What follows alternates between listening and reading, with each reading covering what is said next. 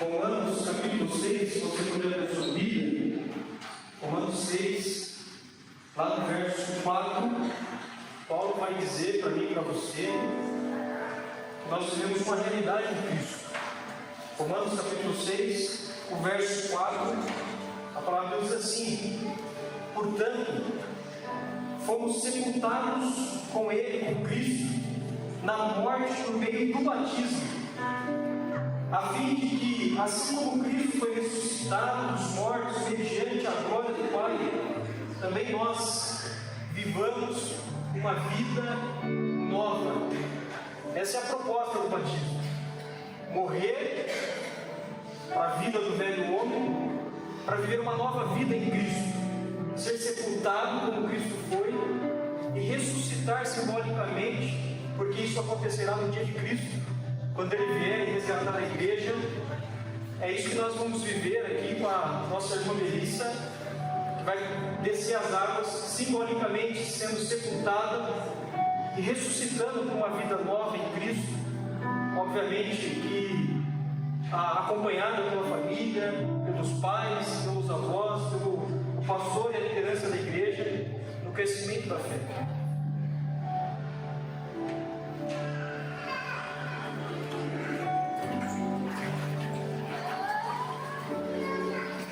A Melissa, ela tem 11 anos e hoje pela manhã ela fez a profissão de fé dela. Ela disse que aos 3 anos, no culto doméstico, uma pergunta que o pai fez ali, ela reconheceu Jesus como Salvador. Pergunta que ficou no ar hoje pela manhã: é possível uma criança de 3 anos se converter? Claro que é.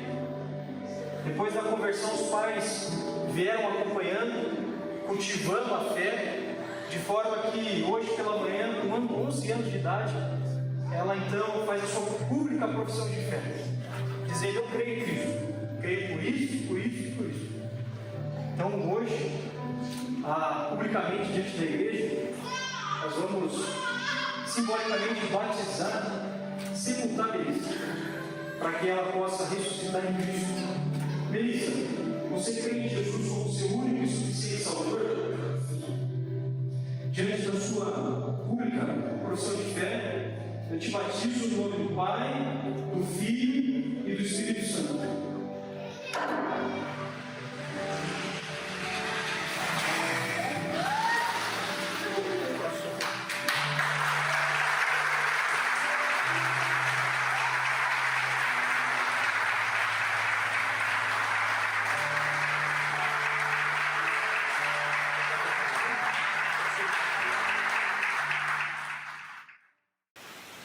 Amém. Antes das nossas crianças saírem, eu quero fazer a entrega do certificado de batismo da Melissa Lopes Santana. Melissa, vem receber seu certificado. Nós vamos tirar uma foto ali, ó.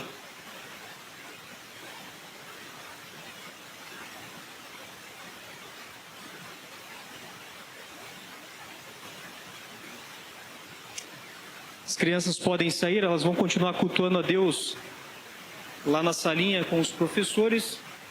Nós seguimos em uma série de mensagens na carta aos Colossenses. Estamos caminhando já há algum tempo nessa série.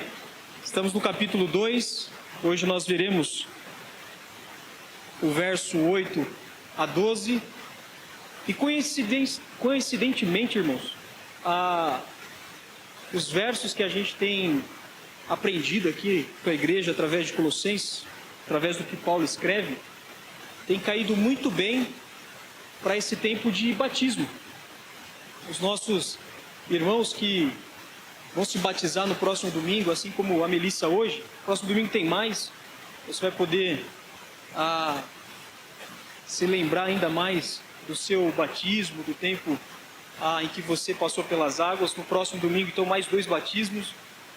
Só deixando claro aqui, a Melissa foi adiantada porque ela vai viajar nessa semana e não vai poder estar no dia 30, que seria realmente o dia do batismo. Então a gente adiantou para que eles pudessem viajar tranquilo, já com a Melissa batizada. Não que o batismo salva, tá?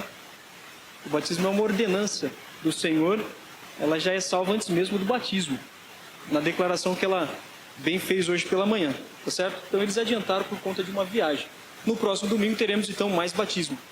Eu convido você a abrir a sua Bíblia, lá no capítulo 2 de Colossenses. Nós leremos o verso 8 ao 12. Verso 8 ao 12. E o tema da nossa mensagem para hoje à noite é completos em Cristo. Completos em Cristo.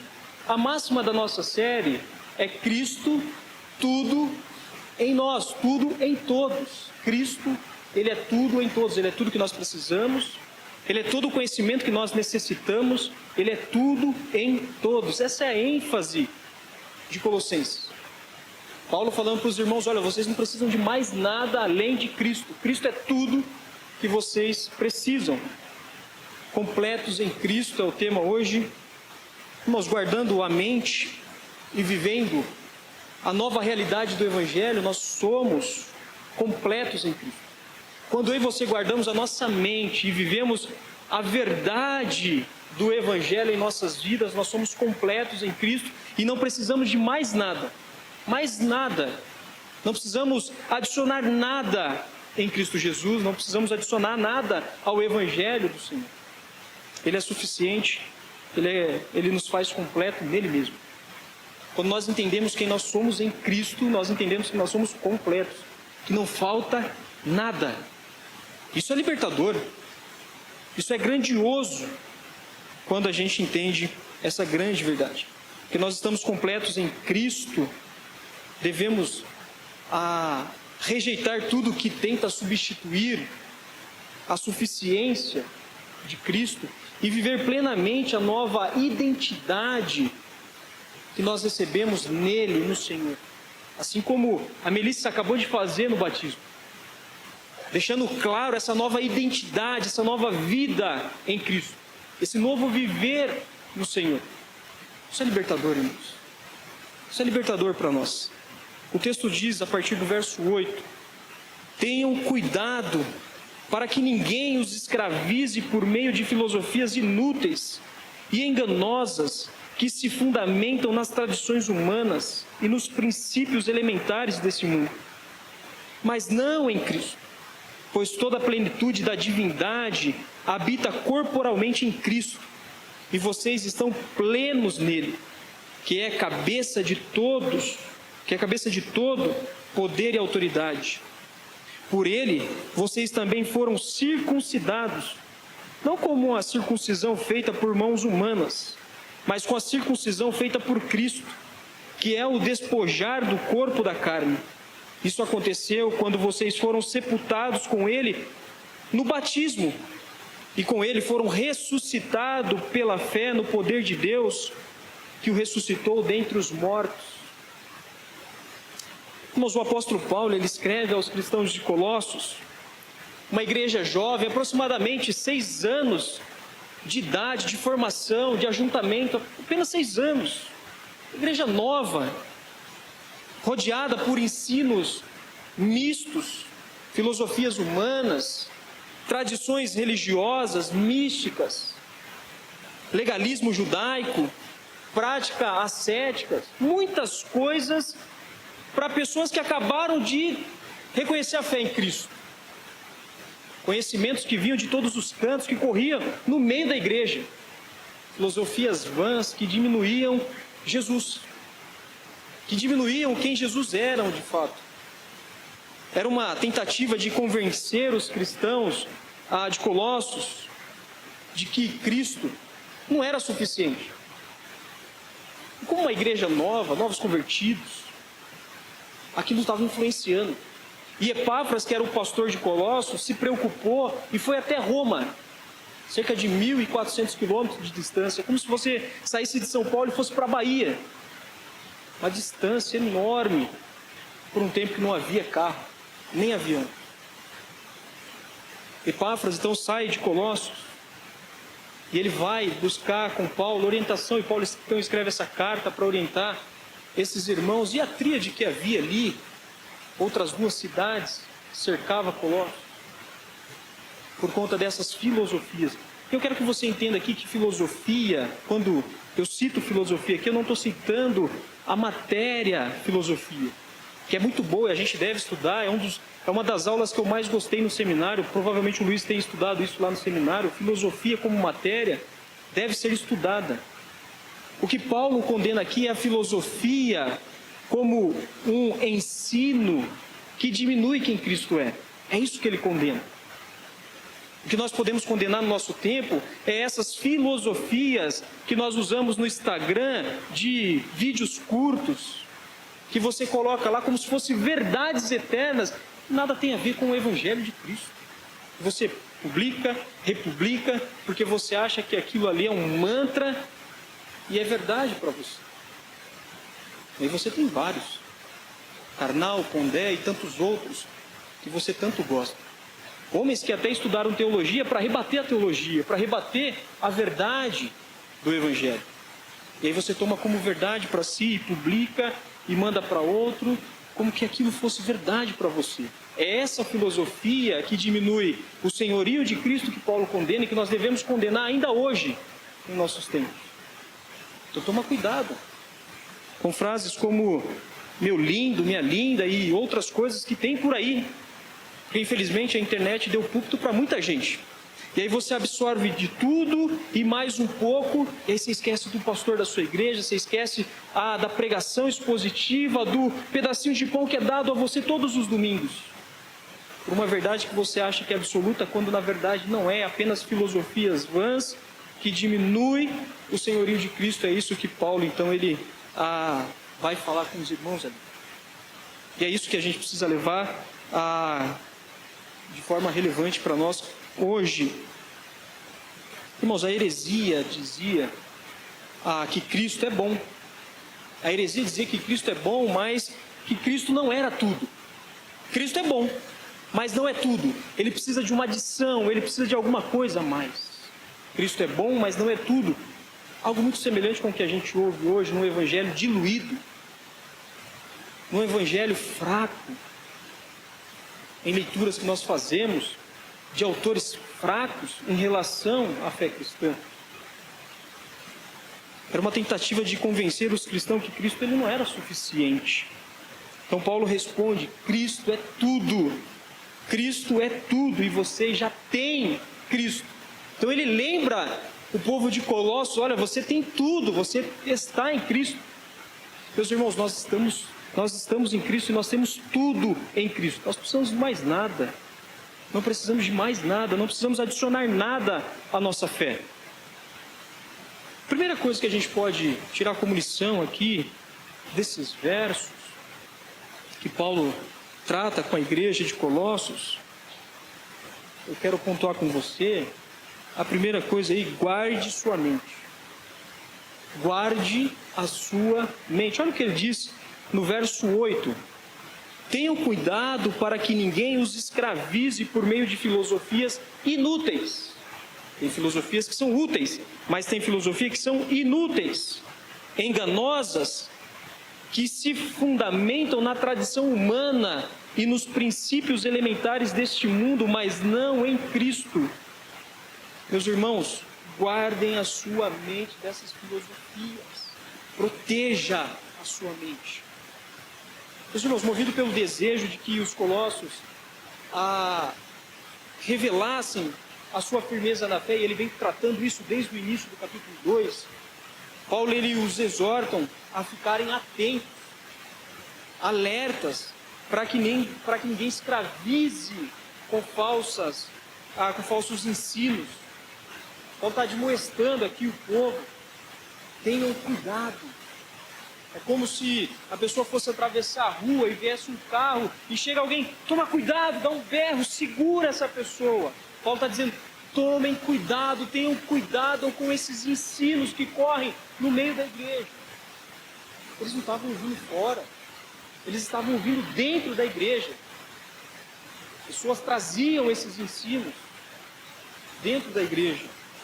O imperativo aqui, meus irmãos, que é usado por Paulo, tem o sentido figurado de manter os olhos da mente em alerta.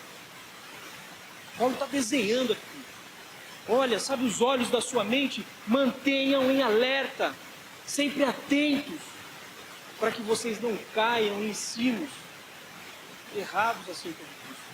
Mantenha os olhos da sua mente abertos. Não durma no ponto. Não troque gato por lebre.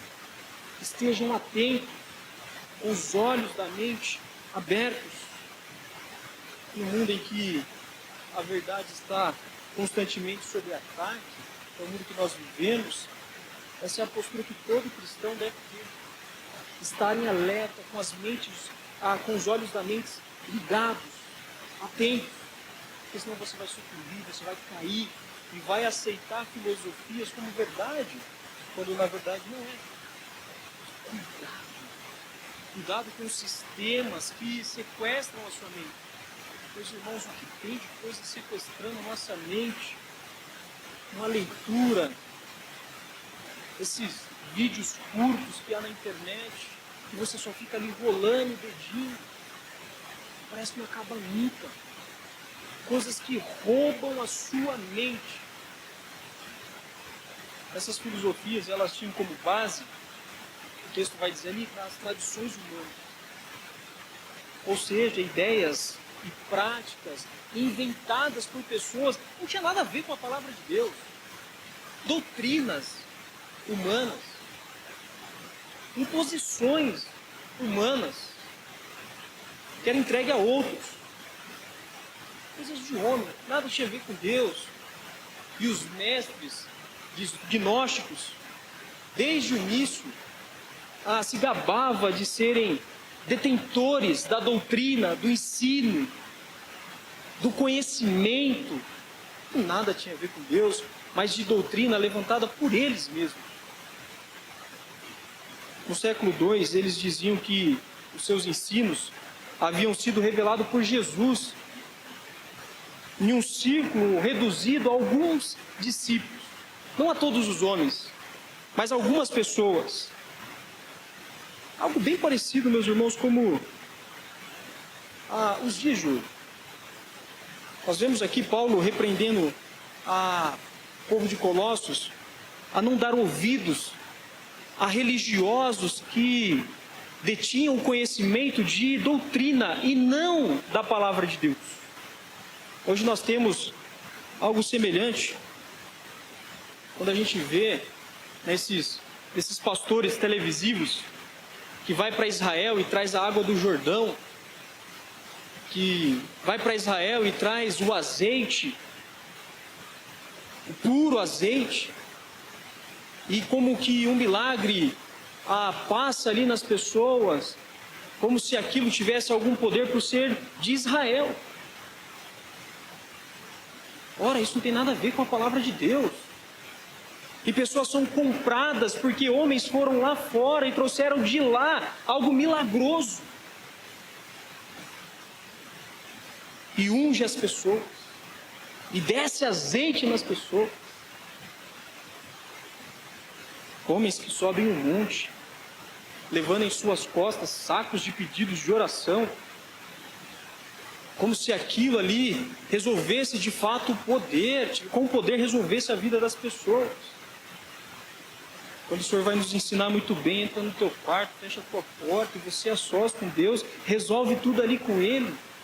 E Ele que está no secreto vai te ouvir e vai te atender com prazer. Você não precisa de um intermediário, você não precisa de um guru que vai te melar inteiro ali de azeite para que você, ungido, tenha poder.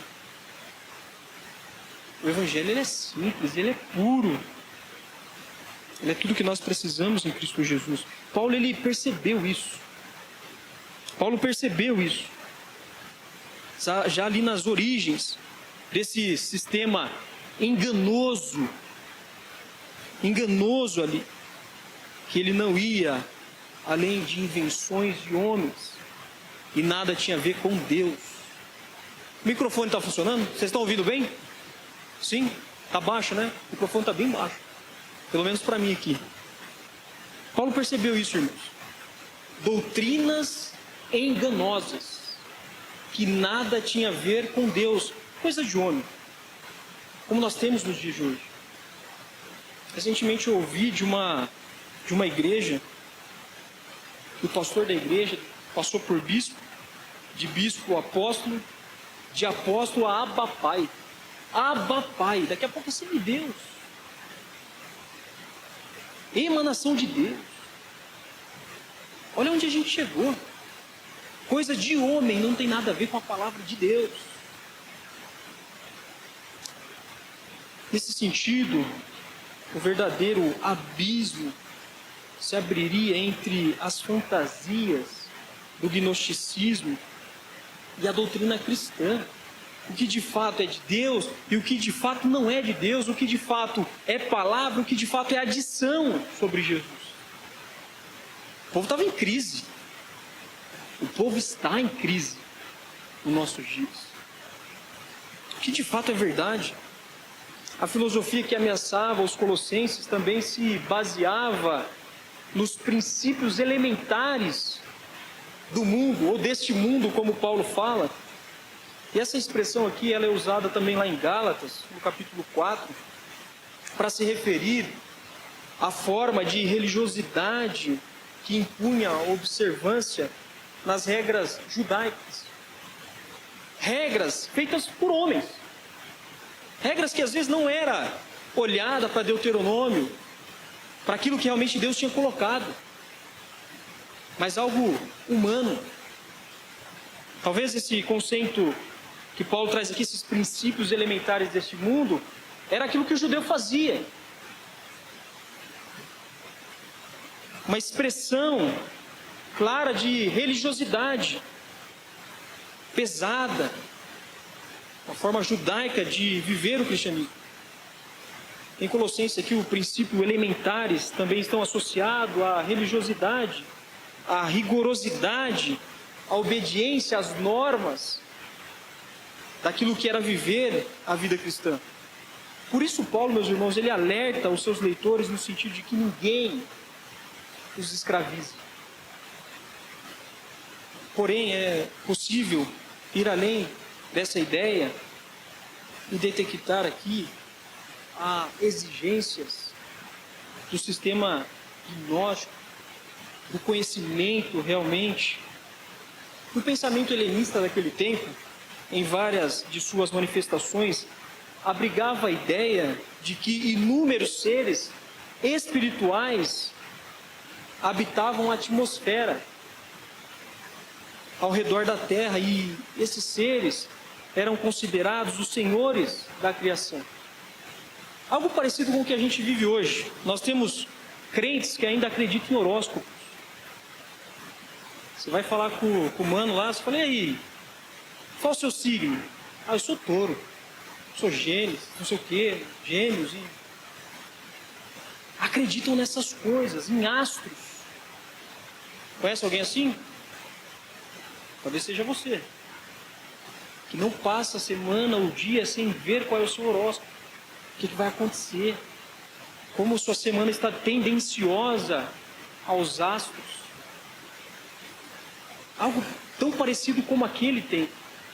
Então, quando Paulo ele fala princípios elementares desse mundo, talvez ele esteja falando dessas três coisas. Talvez a lei, talvez o conhecimento do gnosticismo, ou dos astros. E muitas coisas têm deixado o Senhor cada vez menor. Isso é possível ver nas conversas que nós temos pós-culto. Parece que nem saíram do culto. O comentário é qualquer outra coisa, menos a palavra de Deus. Nós precisamos nos atentar. O segundo ensino que a gente consegue tirar do texto: confie totalmente na suficiência de Cristo. Confie totalmente na suficiência de Cristo. Olha o verso 9. Pois toda a plenitude da divindade habita corporalmente em Cristo. Meus irmãos, o verso 9, Paulo ele exorta os crentes a fugir dessas filosofias não centradas em Cristo, mas centralizar a sua vida em Cristo, porque nele habita corporalmente toda a plenitude da divindade. Jesus é Deus. Jesus é Deus. Esse é um dos versículos mais importantes para a cristologia no Novo Testamento, que deixa claro para nós a divindade de Jesus. Ele é 100% homem, ele é 100% Deus. Fica claro para nós. A partir desse verso, pode-se afirmar essa união da natureza humana e divina de Deus, na teologia chamada aí de união hipostática. Ele é 100% homem, 100% Deus. Ele está 100% carne e osso ao lado do Pai, mas ele está 100% divino, Deus ao lado do Pai. Ele é 100% homem, como eu e você, carne e osso, mas 100% Deus como o Pai é.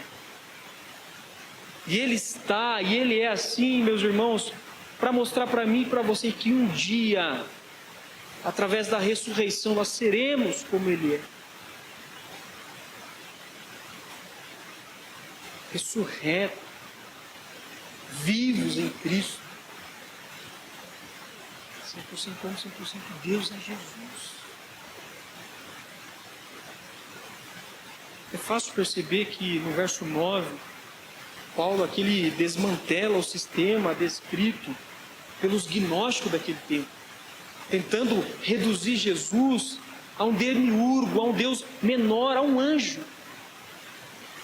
Jesus não é um anjo, ele não é um Deus menor, ele é o próprio Deus, vestido em pele humana, um Deus homem, um homem Deus.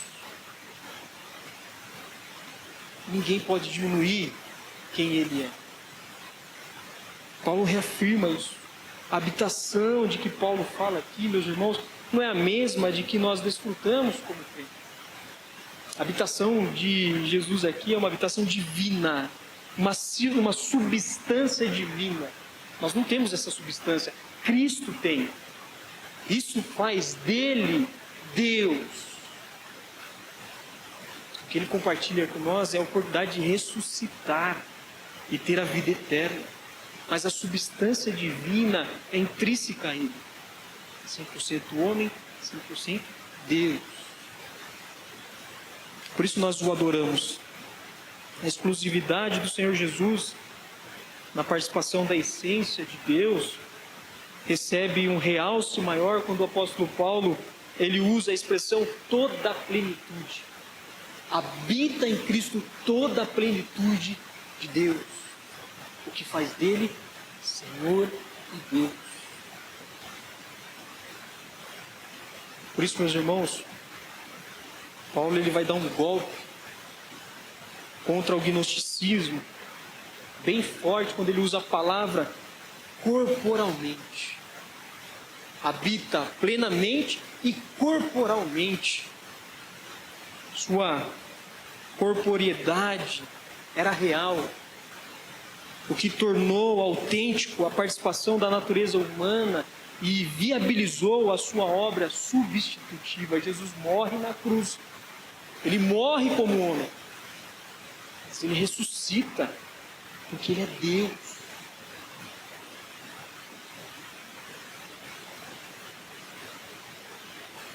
O gnosticismo não tem vez com a verdade de Jesus. Paulo ele afirma que Cristo não é um meio-deus, um semideus. Cristo não é uma emanação de Deus. Paulo vai dizer que Cristo é plenamente Deus, vivendo no corpo humano. Esse é o Senhor que nós adoramos. Esse é o Deus que morreu e reviveu pós-cruz, que ressuscitou. Colossenses, no verso 10 diz: e vocês estão plenos nele, que é cabeça de todo poder e autoridade. No verso 10, Paulo ele se volta para a condição humana, para a condição do homem que está ligado a Cristo. E qual é a condição daquele que está ligado em Cristo? Os gnósticos, meus irmãos, diziam que eles pertenciam a uma classe superior. que eles eram diferentes da maioria dos homens, do restante da humanidade, que eles eram superiores. Mas Paulo quebra isso dizendo: não. Se tem alguém que é diferente, são aqueles que estão ligados em Cristo. Se tem alguém que vive algo diferente, são aqueles que pertencem a Cristo. Aqueles gnósticos, aqueles filósofos, não pertenciam a Cristo, eles diminuíam a Cristo. Mas nós e aqueles irmãos estão ligados a Cristo, e Paulo ressalta isso. Esses receberam a plenitude. E isso quer dizer, vocês estão em Cristo. Os irmãos, estar em Cristo é um privilégio. Há muitos homens com muitos conhecimentos, mas estão distantes de Jesus, estão distantes de Deus. Isso significa que os cristãos não são perfeitos. Não são perfeitos, como os gnósticos diziam acerca deles mesmos. Mas por estarem ligados em Cristo, desfrutam da salvação. E desfrutam não de qualquer jeito, desfrutam de forma plena, na sua totalidade. E ser pleno em Cristo é entender que nós temos recursos o suficiente para crescer em santidade. Quando nós vivemos essa plenitude em Cristo, nós conseguimos, meus irmãos, nós conseguimos crescer em santidade, vencer o pecado. Por isso nós temos que buscar transbordar de Cristo, porque senão o pecado nos vence. Por último, para a gente encerrar, viva como alguém transformado. Viva como alguém transformado. Olha o que diz o texto no verso 11. Por ele você também foram circuncidados, não com uma circuncisão feita por mãos humanas, mas com a circuncisão feita por Cristo, que é o despojar do corpo da carne. Paulo ele vai explicar aos seus leitores que eles já tinham sido circuncidados. A circuncisão dos cristãos, porém, não foram realizadas por homens. Todo judeu ele era circuncidado quando criança. Eles tinham ali o prepúcio do órgão masculino cortado. E agora, Paulo vai dizer aqui, olha, essa circuncisão não acontece mais na carne, no corpo, ela acontece no coração. É uma circuncisão diferente. Não tem mais a ver com o corpo físico, com a carne humana, para que você se torne de fato um judeu. Mas agora tem a ver com a circuncisão do seu coração. É tirar o coração de pedra para que seja transplantado um coração de carne.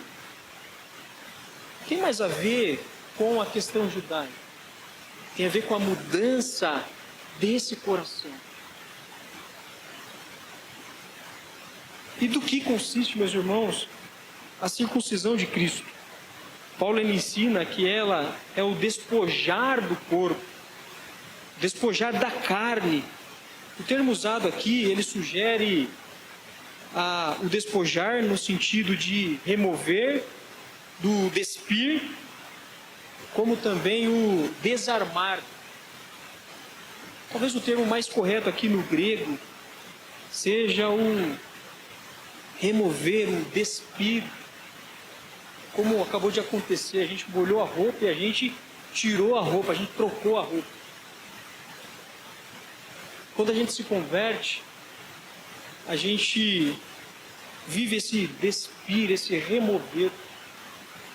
Não sou mais eu que vivo, é Cristo que vive em mim. A roupa velha, suja, ela foi trocada por vestes novas. Houve mudança. Jesus muda tudo em nós. O velho homem não existe mais, porque ele foi sepultado. O verso 12 vai dizer isso. Ele foi sepultado com Cristo. E agora o que vive é uma nova experiência, é a vida em Cristo. Paulo mostra que a verdadeira mudança não é externa, no corpo físico, como era feito com o menino judeu. com a circuncisão judaica. A obra de Cristo, ela remove o domínio da velha natureza.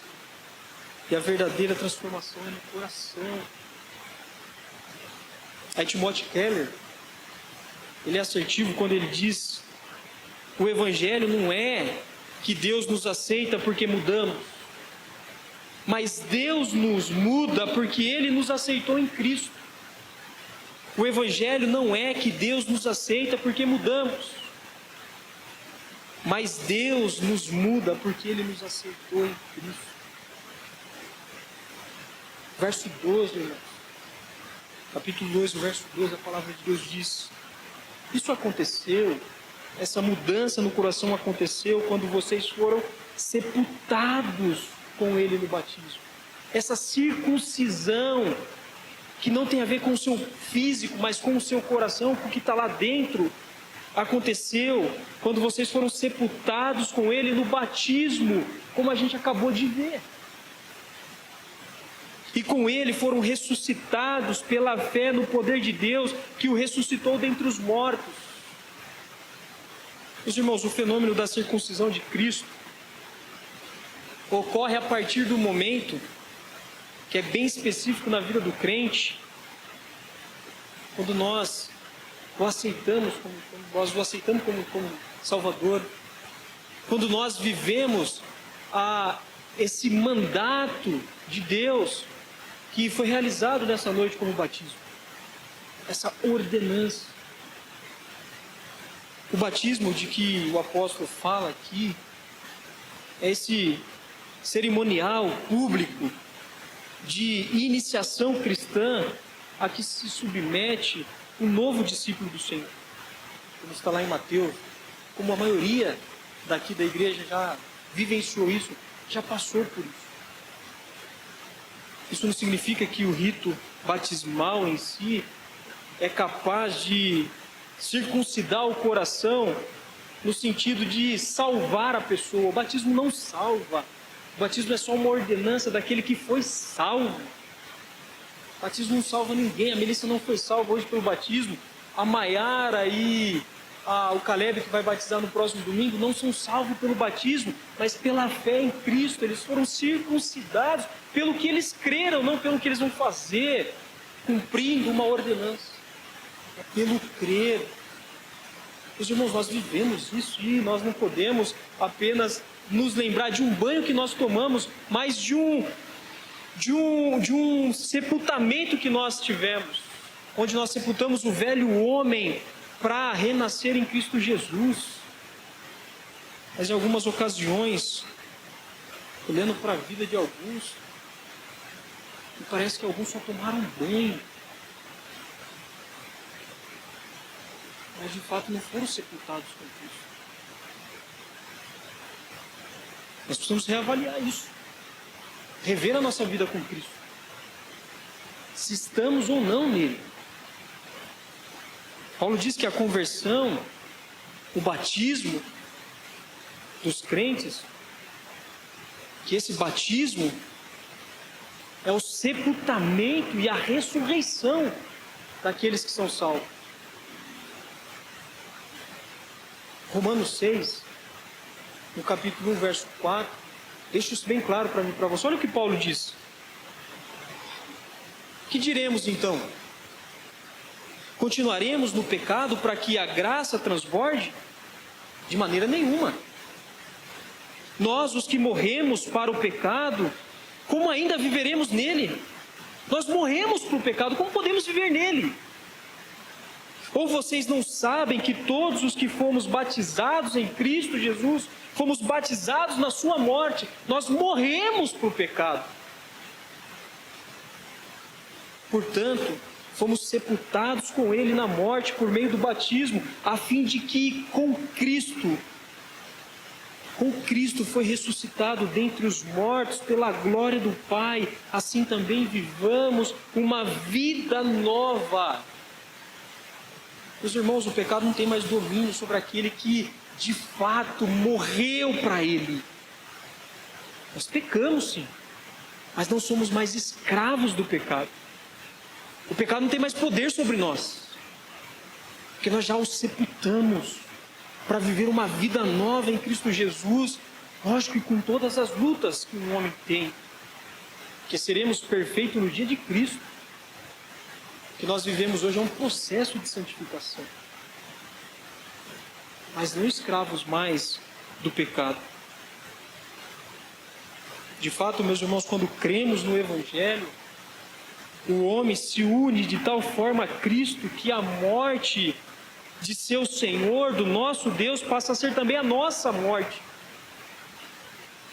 A sua vida, a vida dele também torna-se a nossa vida. Então, se Cristo morreu, nós também morremos. Se Cristo ressuscitou, nós ressuscitaremos também. Essa é a máxima do Evangelho. Um dia eu e você ressuscitaremos. Teremos nossos corpos glorificados, não mais com dor, não mais com gripe, covid ou qualquer outra doença. Agora, ressurretos, vivos, glorificados em Cristo Jesus. Meus irmãos, que esperança bendita nós só podemos ter em Cristo. O verso 12 ainda diz: isso aconteceu com vocês, quando vocês foram sepultados com Ele no batismo, e com Ele foram ressuscitados pela fé no poder de Deus. Paulo ele termina o verso 2 destacando a fé como um instrumento mediador. É a fé, meus irmãos, o qual o próprio Deus concedeu a nós. A fé que traz vida, a fé que traz o convencer. É pela fé que nós cremos em Jesus, pela fé que nós fomos ressuscitados. É mediante a fé que nós temos em Deus, no poder dele. É pela fé. Eu quero concluir. O que Paulo nos lembra nessa noite, através desse corte, dessa perícope, desse texto, da carta que ele escreve para a igreja? Paulo nos lembra, o mundo ele tenta sequestrar nossa mente, o tempo todo, com tantas coisas. Falsas ideias tentam reduzir Cristo. A religião tenta substituir o Evangelho. Mas o texto aqui ele declara com força, meus irmãos, Cristo é totalmente Deus, não há outro. Nós estamos totalmente completos nele, nós não precisamos de mais nada. E vivemos totalmente uma nova vida nele, não há vida em outro lugar. Que isso seja uma verdade para você. Que você possa desfrutar da sua vida, da nova vida em Cristo. Relembre dessa verdade. Não porque foi batismo, mas porque a palavra de Deus é a verdade. E nós temos fielmente pregado ela. Que Deus te abençoe. Nós vamos encerrar o nosso culto adorando a Deus. O louvor vai ir aqui à frente. Você vai se colocar em pé. Eu quero orar. Lembrando que o nosso culto não termina no amém do pastor. Nós teremos nosso tempo de comunhão lá no fundo. Então vamos tomar um café, vamos conversar. Não vai embora correndo. Vai ter um tempo de comunhão gostosa lá no fundo. Eu quero relembrar também, no próximo sábado, dia 29, nós teremos pela manhã às 7 horas a viagem ali dos nossos idosos. Nós vamos ali para Mairiporã, num café colonial bem gostoso. Então, se você tem 60 anos ou mais, você está convidado a participar dessa programação. E mais tarde, no sábado ainda às 19 horas, nós teremos encontro de casais lá na casa do Rogério. Teremos um churrasco lá bem gostoso. Mas para isso acontecer, você precisa mandar para o Luciano um pix de R$60. R$30 por pessoa, R$60 o casal. Tá bom? E no domingo, dia 30, nós teremos nossa celebração de ação de graças. Um delicioso almoço aqui na igreja. Já tem mais de 120 pessoas inscritas. Hoje é o último dia para essa inscrição. Se você não fez ainda a inscrição da sua família, procure a Edna, faça a sua inscrição para participar. Nós teremos nossos irmãos dando testemunho de fé. teremos a recepção dos novos membros e à noite batismo, no dia 30. Então você é nosso convidado a participar. Você que nos visita, que Deus te abençoe, que você possa voltar para casa com um coração alegre, a palavra do Senhor possa falar ao seu coração. Vamos orar, abaixe sua cabeça, feche seus olhos. Deus Santo, obrigado, Pai. Obrigado pela tua palavra pregada, obrigado pelo testemunho de fé que nós ouvimos da Melissa esse dia. Obrigado pelo batismo, que representa essa nova vida em Cristo. Pensando que a gente possa trazer à nossa memória aquele dia que foi tão especial para nós. Onde de fato nós sepultamos o velho homem, o pecado, e nascemos para Cristo. Pensando que isso seja uma verdade para nós. Que nós possamos desfrutar da nova vida em Cristo Jesus. Que não viva mais eu, mas Cristo viva em mim, Deus. Que essa seja de fato a máxima da nossa vida, Senhor. Pensando se há alguém aqui, Pai, que ainda não reconheceu o Senhor como Salvador, se alguém ainda, Pai, se escondendo do Senhor, que ele seja encontrado agora por Ti, Senhor. Porque o Senhor não está perdido. Nós estávamos perdidos e o Senhor nos encontrou. Pai, há pessoas perdidas nessa noite. Por isso eu clamo a Ti, Senhor, que o Senhor possa encontrar cada uma delas, Deus. O Senhor conhece cada pessoa que está aqui nessa noite. O Senhor me conhece. O Senhor conhece cada irmão, Deus. Por isso eu te peço que o Santo Espírito visite cada um, Pai. Em nome santo de Jesus. Não deixa, Pai, não permita que voltemos para a nossa realidade, para nossas casas, vazios, Pai. Mas que cada irmão, que cada visitante, que cada amigo, cada pessoa nessa noite, Pai, seja cheio do Espírito Santo de Deus. Possa sair desse lugar satisfeito com a Tua palavra, Senhor. Que a graça do Senhor Jesus, que o amor de Deus, o nosso Pai, a consolação do Espírito Santo esteja sobre todo o povo de Deus espalhado pela face da terra hoje e para todo sempre. Amém e amém. Deus abençoe.